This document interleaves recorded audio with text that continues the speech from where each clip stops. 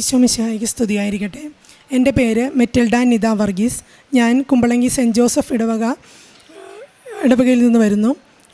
ഞാൻ ഏപ്രിൽ 10, 2022 ആദ്യമായിട്ട് ഉടമ്പടി എടുത്തത്. അതിൽ എൻ്റെ മോൾക്ക് വേണ്ടിയിട്ടാണ്, മൂത്ത മോൾക്ക് വേണ്ടിയിട്ടാണ് അത് ഉടമ്പടി എടുത്തത്. അവൾക്ക് വേണ്ടിയിട്ട് എനിക്ക് +2 പരീക്ഷയിൽ അവൾക്ക് മാർക്ക് കുറവായിരുന്നു. ഇവിടെ വന്ന് പ്രാർത്ഥിച്ച് അച്ഛൻ്റെ കൈവെപ്പ് ശുശ്രൂഷയൊക്കെ ലഭിച്ചതിന് ശേഷം അവൾക്ക് മാർക്ക് 90% കൂടുതൽ മാർക്ക് മേടിച്ച് പാസ്സാവാൻ സാധിച്ചിരുന്നു.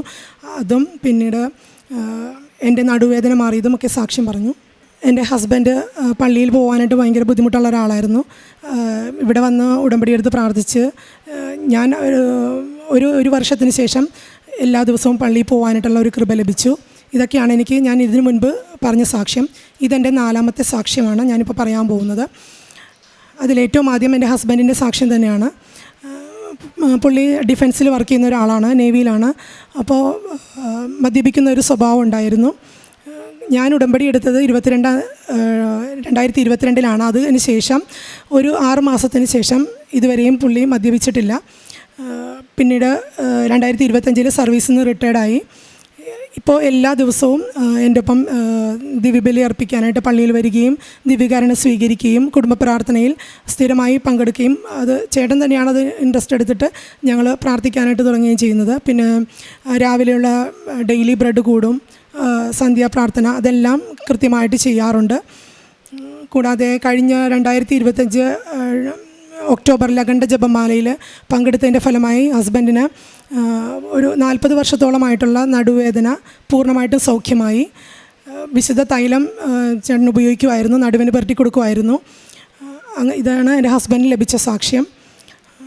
രണ്ടാമത്തേത് എൻ്റെ മോൾ അലോന.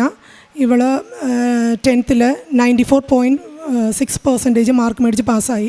കാരണം എൻ്റെ മോളുടെ കഴിവനുസരിച്ച് ഏകദേശം ഒരു 80% അത്രേ കിട്ടാൻ ചാൻസ് ഉണ്ടായിരുന്നുള്ളൂ.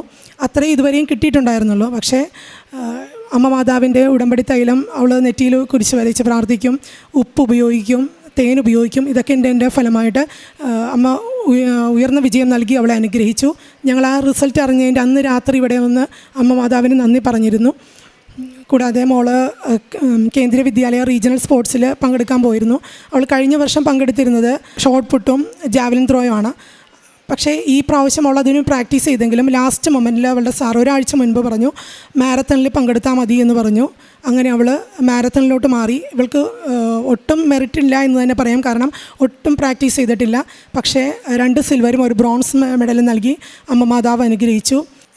ഇത് എൻ്റെ ഡാഡിയാണ്, Xavier daddy. Kumbalangi saint Joseph ഇടവകം തന്നെയാണ്. ഡാഡിക്ക് കൊറോണയ്ക്ക് ശേഷം ഡാഡിയുടെ വെയിറ്റ് ലോസ് ഭയങ്കരമായിട്ടുണ്ടായിരുന്നു. 60 വെയിറ്റ് ഉണ്ടായ ആൾ ഒരു 50 kg എത്തി. അങ്ങനെ ഞങ്ങൾ ടെസ്റ്റ് ചെയ്യാൻ വേണ്ടിയിട്ട് ഹോസ്പിറ്റലിൽ പോയി. നോർമൽ സ്കാൻ ചെയ്ത് കഴിഞ്ഞപ്പോൾ ഡാഡിക്ക് പ്രോബ്ലങ്ങളുണ്ടെന്ന് പറഞ്ഞു. അങ്ങനെ ഞങ്ങൾ CT സ്കാൻ എടുക്കാൻ പോയി. CT സ്കാൻ എടുത്തപ്പോൾ അതിൻ്റെ അകത്ത് പാൻക്രിയാസിലൊരു സിസ്റ്റ് കണ്ടു.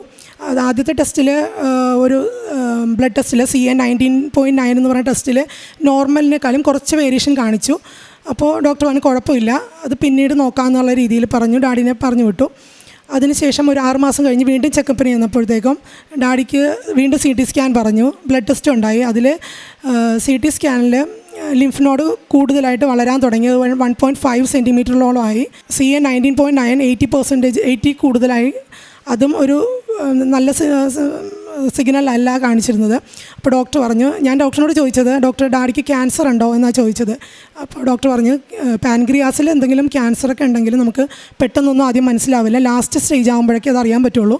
ക്യാൻസർ ഇല്ല എന്ന് ഞാൻ പറയണമെന്നുണ്ടെങ്കിൽ ഇത് ബയോപ്സിക്ക് അയക്കണം എന്ന് പറഞ്ഞു. അങ്ങനെ ഞങ്ങൾ ബയോപ്സിയുടെ ഡേറ്റ് എടുത്തിട്ട് ഇവിടെ വന്ന് അച്ഛൻ്റെ അടുത്ത് വന്ന് അച്ഛൻ്റെ കൈവെപ്പ് ശുശ്രൂഷയും അച്ഛൻ വിശുദ്ധ തൈലം കൊടുത്ത് അത് ഡാഡി പാൻക്രിയാസിൻ്റെ ഭാഗത്ത് പുരട്ടി പ്രാർത്ഥിച്ച് ഞങ്ങൾ 2 ദിവസം കഴിഞ്ഞപ്പോഴത്തേക്കും ബയോപ്സിക്ക് വേണ്ടിയിട്ട് അഡ്മിറ്റായി.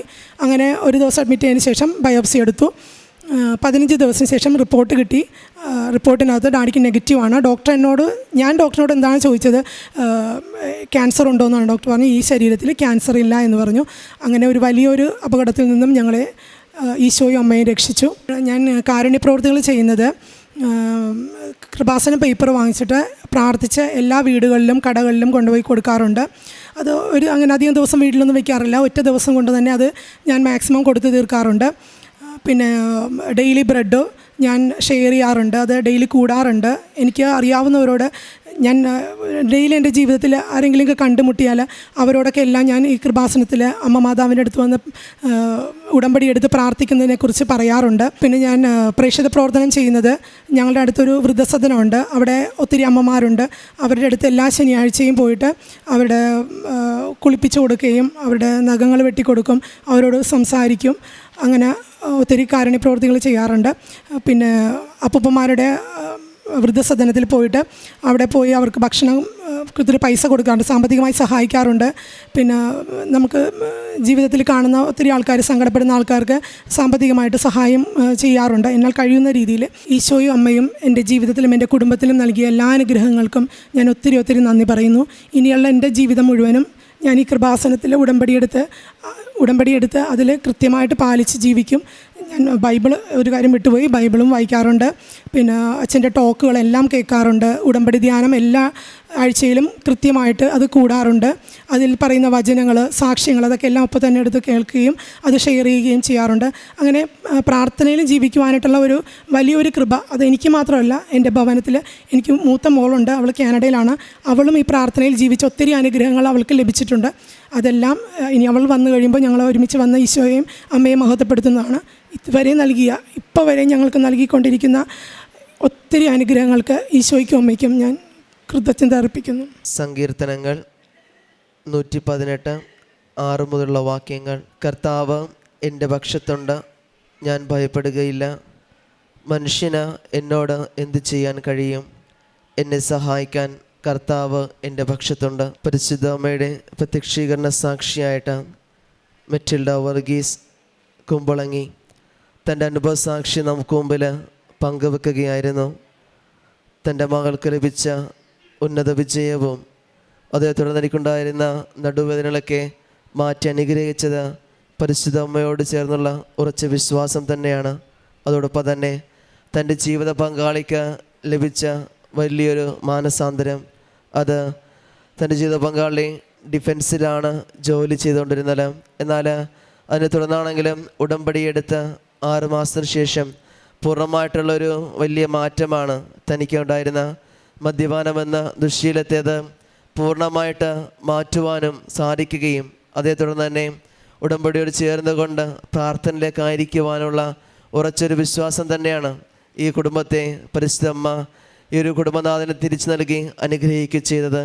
അതേ തുടർന്നാണെങ്കിലും ഈ കുടുംബത്തിലെ മകൾക്ക് സ്പോർട്സിൽ, അതായത് മാരത്തോണിൽ പങ്കെടുക്കണമെന്നും, അതായത് ഒട്ടും മെറിറ്റില്ലാഞ്ഞിട്ട് പോലും ആ ഒരു അത്ലറ്റിൽ പങ്കെടുത്തുകൊണ്ട് അത് മെഡലൊക്കെ ലഭിക്കുവാനൊക്കെയായിട്ട് അവസരമുണ്ടായത് പരിശുദ്ധ അമ്മയോട് ചേർന്നുകൊണ്ട് ഉടമ്പടി വസ്തുക്കളുടെയൊക്കെ ഉപയോഗം തന്നെയാണ്. അതേ തുടർന്നാണെങ്കിലും മെറ്റിൽഡ വർഗീസിൻ്റെ അപ്പച്ചൻ്റെ രോഗസൗഖ്യമാണെങ്കിലും അത് പാൻക്രിയാസിൽ സിസ്റ്റ് ഉണ്ടായിരുന്നെങ്കിലും അത് ജോസഫ് അച്ഛൻ്റെ കവിയപ്പ് ശുശ്രൂഷയിലൂടെയാണെങ്കിലും അതിനെ തുടർന്നുള്ള ചെക്കപ്പൊക്കെ നടത്തിയപ്പോഴും ബയോപ്സിക്കൊക്കെ അയച്ചപ്പോഴും അത് പൂർണ്ണമായിട്ട് പരിശ്രമ ഇടപെടലിലൂടെ അതിൻ്റെ ഒരു കുഴപ്പമില്ലാതെ കണ്ട് ക്യാൻസർ രോഗം അത് നെഗറ്റീവാണെന്നത് മാറ്റിയെടുക്കാനും നെഗറ്റീവാണെന്നുള്ള റിസൾട്ട് വരികയും അത് പരിശുദ്ധ ഇടപെടലിലൂടെ ഒരു വലിയ രോഗസൗഖ്യം നൽകിയെന്ന് തന്നെയാണ് ഇവിടെ വാക്കിൽ നമുക്കത് മനസ്സിലാക്കുവാനായിട്ട് സാധിക്കുകയും ചെയ്യുന്നത്. മെറ്റിൽഡയും കുടുംബവും പരിശുദ്ധ അമ്മയോട് ചേർന്നുകൊണ്ടും ഉടമ്പടിയിൽ ആയിരിക്കുവാനും ഉടമ്പടിയിൽ ചേർന്നുകൊണ്ട് തങ്ങളുടെ ജീവിതത്തെ ക്രമപ്പെടുത്തിയതുകൊണ്ട് മാത്രമാണ് പരിശുദ്ധ അമ്മയുടെ അൾത്താരയിൽ അവിടുത്തെ പ്രത്യക്ഷീകരണ സാക്ഷിയായിട്ട് ഈ സാക്ഷ്യം പറയുവാനായിട്ട് ഇവരെ പരിശുദ്ധ അമ്മ അനുഗ്രഹിക്കുക ചെയ്തത്.